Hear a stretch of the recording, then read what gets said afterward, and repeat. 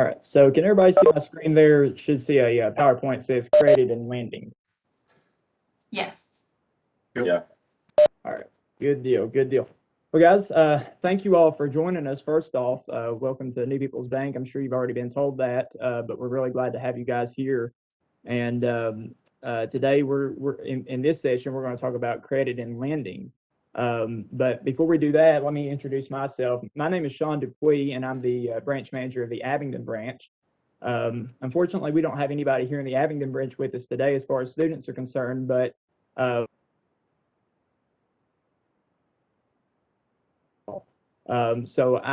just to kind of let you know, I started out just like you guys did. I was a participant in VBA Bank Day back in 2013, which seems like a long time ago now. Whenever I did VBA, I was a senior at Castlewood, and honestly, I had no interest in banking necessarily. I really just went to get out of class and to have an opportunity to get the scholarship.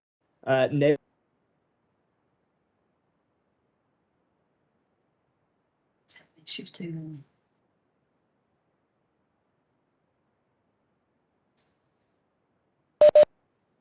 Shawn, you're breaking up a little bit. Shawn, can you hear me? Promoted to branch manager. I may have cut out there. If I did, I apologize. That's okay. But as I was saying, I got promoted to branch manager of the Castlewood branch. And then when my wife and I got married, we moved to Abingdon. And so when this position came open, I came here to Abingdon. So I guess my point is that, don't take today lightly, even if you're not looking to get into banking, even if you're not looking to get into finance or even business.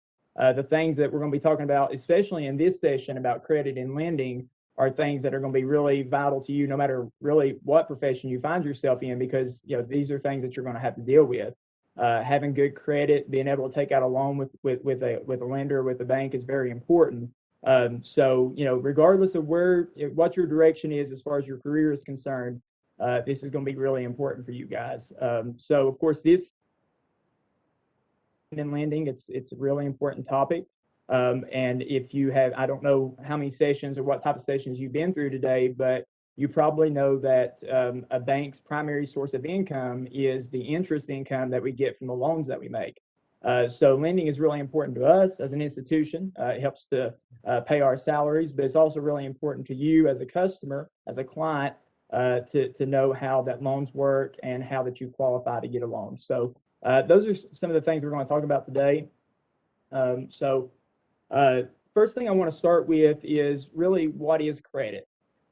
You hear that term, it's kind of a vague term, maybe a really hazy term to you, and you say, well, what is that? So the best illustration that I can give you, and just to make this as simple as we possibly can, let's say that one of you have a friend in school that comes to you one day and asks to borrow $5. And they tell you that at the end of the week, they're going to pay you that $5 back. So you go ahead and you tell them, I'm going to give you $5. And at the end of the week, you come to them and you come to that friend and you say, hey, you promised me that you was going to pay me $5 back.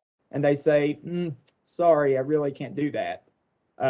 So let's say that the next week, that same friend comes back to you and again says, I need to borrow $5 and says, I'll pay you back at the end of the week. Are you likely to loan them that money again? Probably not, because they didn't give you the $5 back to begin with. So in that case, they have established bad credit. The flip side of that is that if they paid you that $5 back, the next week you would probably be more apt to go ahead and give it to them because they've been good for their word and they've done what they said that they're going to do. So that is, in the simplest terms, what credit is. It's the ability to borrow money. So two questions here. You ask yourself, can the borrower repay that money? And then will the borrower repay that money? So two different things there. One is that a borrower may very well be willing to pay it back, but when it comes down to it, maybe they lose their job, maybe they fall on hard times, maybe they simply don't have the money and they can't. And then from time to time, you may run into somebody that really may have the money, but they choose that there's other priorities that they want to place in head of paying you that money back, and they don't pay that money back. So all of that is a part of establishing that customer's credit or whether they'll be willing to pay back. So their previous record is the best indicator for whether they're going to pay that money back or not. And then finally, the question is what is the cost of credit? And the cost of credit is a word that we use, interest, how much that you pay in order to borrow money. So we'll talk about that in just a little bit. But first off, let's talk about why that somebody may want to use credit, the benefits and the risks of doing it. So I told you just a minute ago that almost every one of you in this session today, regardless of your profession, regardless of what you do, will end up having to deal with credit because you're probably going to have to take out loans to pay for things unless you're super, super rich and you never have to take out a loan. And even in that case, rich people still take out loans. And there's several reasons why they may do so. So if you look over on the benefits side, on the pro side, if you will, one of the benefits of being able to purchase something on credit, being able to take out a loan, is that you can buy it today and then pay back over time. So the best example for that is most of you are probably at driving age or pretty close to driving age. Maybe you already have your own car. Maybe you don't, but you go to look at purchasing that car and it's $30,000. Most people nowadays do not have $30,000 to just simply take out and buy that car. So you would want to buy that on credit. So you're going to take out a loan, and then you're going to pay that back over time. So another benefit of that is that it gives you that flexibility to be able to make those larger purchases, even when you don't have the cash currently to do so. Okay. And then finally, another pro of it is building a credit record, making it easier to make large purchases, rent an apartment, getting services from local utility companies. So it's really important, especially at your age now, to be thinking about how can I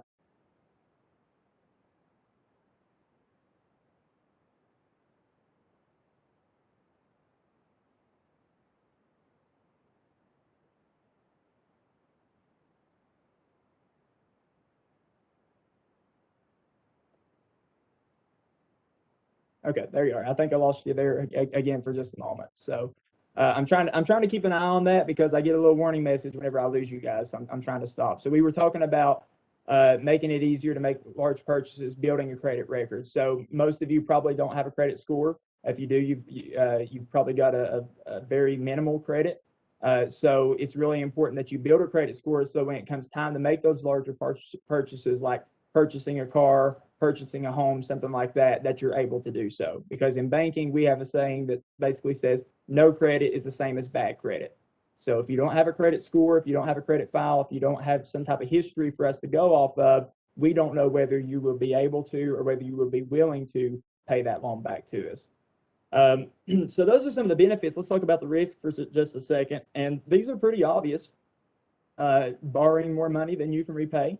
So sometimes people bite off more than they can chew, and they take out multiple loans, at Bank A, Bank B, Bank C, and before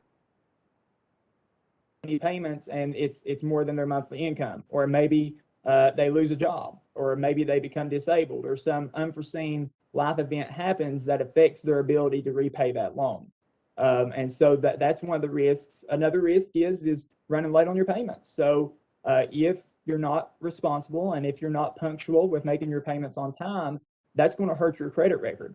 And as your credit score comes down and as your credit record is adversely impacted, that's going to affect your ability to take out a loan going forward in the future. And it also, if you can take out a loan going forward in the future, it's going to cause you to have to pay more for that loan. So I said we was going to talk about in a minute about interest and what that is. That is the cost of borrowing money. So let's go back to my previous example that I used for just a moment. And we'll talk about how that you lended out $5 to your friend. Well, let's say at the beginning of the week, your friend comes to you and says, I need to borrow $5. And you say, sure. But at the end of the week, I'm going to need you to pay me $7 back. I'm going to charge you $2 for allowing you to borrow that money. So that would be interest that you're charging on that money. So that way you can not only lend out the money, but you can make a profit on it. So for a bank, if we lended out $20,000 on a car, but we didn't charge any interest and we get our $20,000 back, Well, we've lost money because by the time that we go through processing that loan and paying people to process that loan, so we have to charge interest in order to make a profit. And so that is the cost of credit. So just to kind of base that out for just a moment, if you have a lower credit score, if you have somebody that comes in and maybe their credit is not as good as somebody else's, they may have to pay more to take out that loan because there's a higher amount of risk for the bank in lending out money to someone who doesn't have very good credit. So it's really important to understand that even if you have a lower credit score, yes, you may be able to take out another loan, but you're going to have to pay more for it. So I hope that makes sense to you. So I've talked a lot about credit scores and where do credit scores come from? What is a credit score? So credit bureaus determine what your credit score is. So it's important to understand that your bank or your lender does not determine what your credit score is. That number comes from one of the three major credit bureaus. So you see those down at the bottom of the page. The three major credit bureaus are Equifax, Experian, and TransUnion. For New People's Bank, we use Equifax. But there's you could use really any one of those, and their scores are going to vary, but for the most part, they're consistent. So your credit score can range anywhere between 300 and 850. Now, guys, I'll tell you, I've been lending for a little while, and I've never seen a credit score as low as 300, and I hope to God that I never do. But the lowest that I've seen, I think, is maybe around 440, something like that.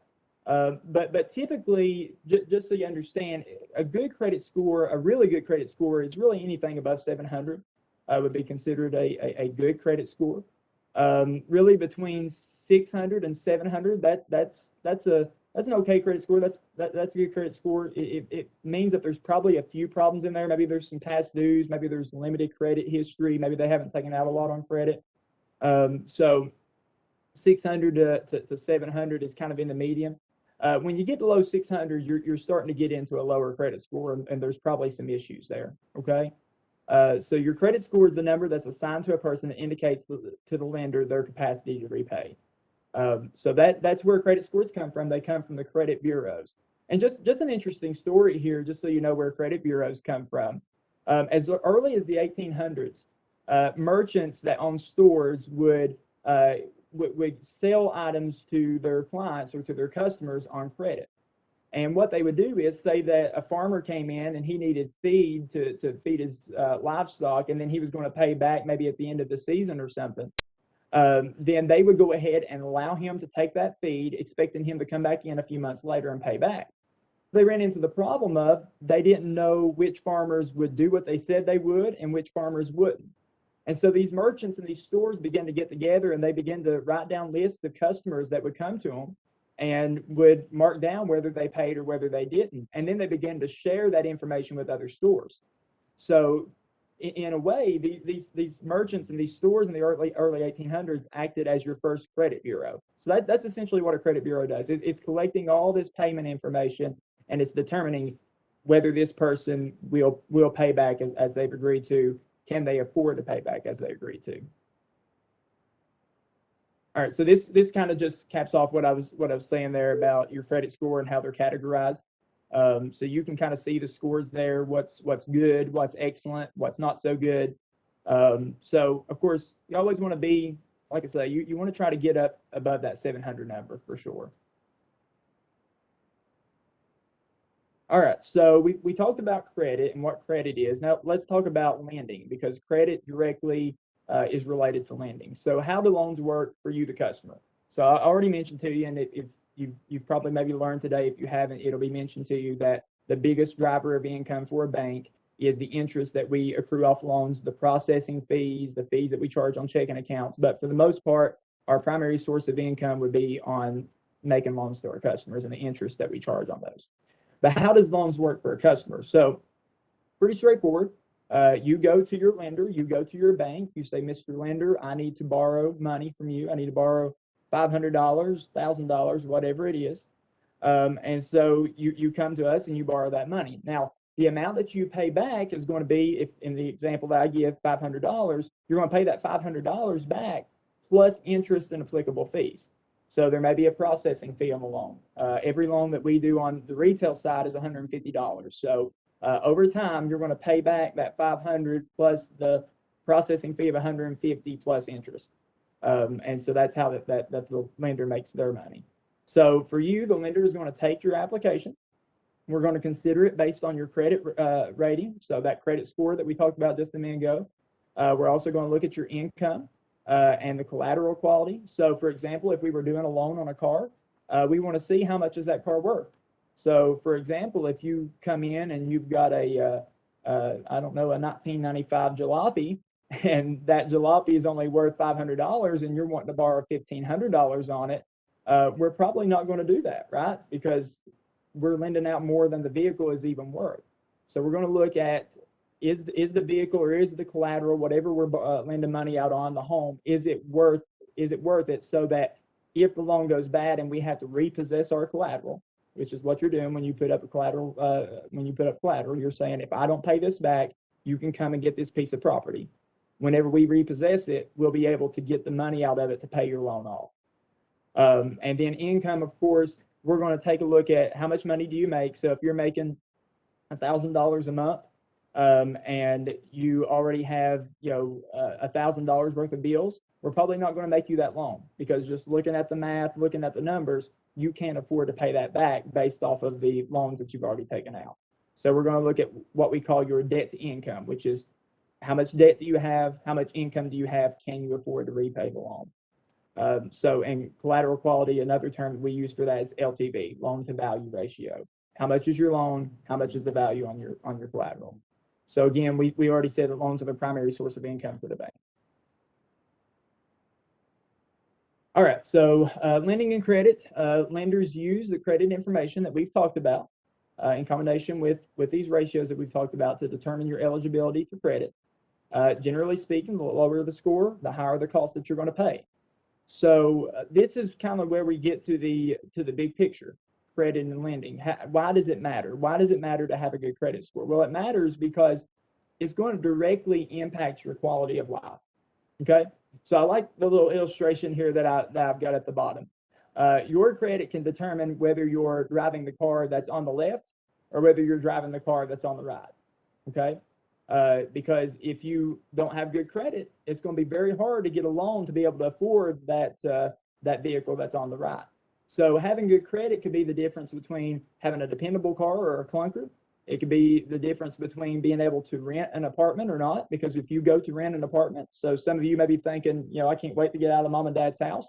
Well, it's going to be important that you have good credit, because if you want to rent an apartment, then you've got to be able to have good credit whenever they go to check your credit score and say, yes, we can rent this apartment to you. Could be the difference between being able to purchase a home or not. So I'm sure that later on you want to have families of your own. So having good credit is central to that. And these are things that you need to be thinking about now. And then finally, it could be the difference between paying high amounts of interest versus low amounts of interest. So for example, if you've got a good credit score, you may be able to walk into the bank and get a $5,000 loan and pay 8% interest on it.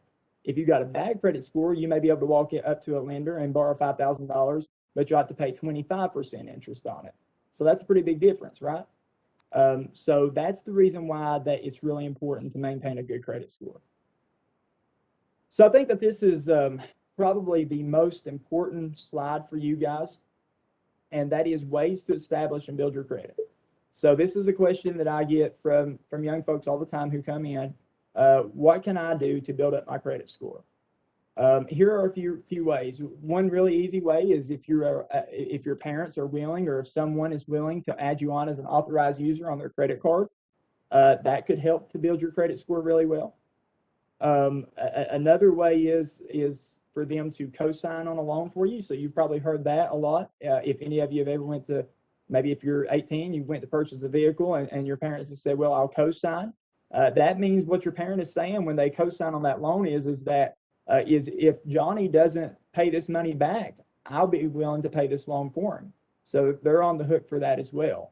And it's also important to remember that once you do get your credit established and your friend Susie comes to you and says, hey, can you co-sign? You better think twice before you co-sign on somebody's loan, because you can get yourself into trouble really quick and they'll leave you out hanging high and dry. But another way to build your credit is to have a co-signer on an application. Two really good ways that are listed here on this screen is to open a secured credit card or apply for a secured loan. So let me explain that for just a moment, and I know that we're probably way over, so I'll hurry through this. This is the last slide. But to do a secure credit card or a secured loan simply means that you're going to put money aside into an account. So let's say $500. You give me $500, I put that into an account, and then I give you a loan for $500. So basically, you're borrowing against your own money. And I tell you, I say, okay, you're going to give me $500, and then I'm going to give you $500. And once you pay me my $500 back, I'll release this $500 to you and give it back to you. So you're basically borrowing against your own money. The good thing about that is you don't need a co-borrower, so you don't need anybody else on the loan with you, and that it will be automatically approved because it's what we call cash secured. So those are two really, really good ways to build your credit. And then finally, those on down there on the very bottom of the screen are more, once you get your credit established, it's really important to monitor your credit to make sure that there's no errors on your credit report, to make sure that there's no fraudulent activity going on in your credit report, pay down existing debt, and always understand the importance of making your payments on time. Because when you make those payments late, then of course, that's your credit score is going to suffer because of that. So those are just some really good ways to establish and build your credit. I want to say thank you to you guys. I know that was a lightning round, and it's really difficult to teach a really complex subject in such a short time. So if you have questions, if you'd like a copy of this PowerPoint, feel free to send me an email at the email address that I've provided there. If you have questions, feel free to give me a call there at the number, and I will be glad to help you any way that I can. And like I say, I'll be glad to provide you a copy of this PowerPoint because I know that it would be really helpful as you write those essays to apply for the scholarship. So thank you guys so much for your attention today. Thank you for being with us. And does anybody have any questions now? I'll be glad to answer any questions now. If not, I hope that you guys enjoy the day with us. You did a great job, Shawn. Thank you. Thank you.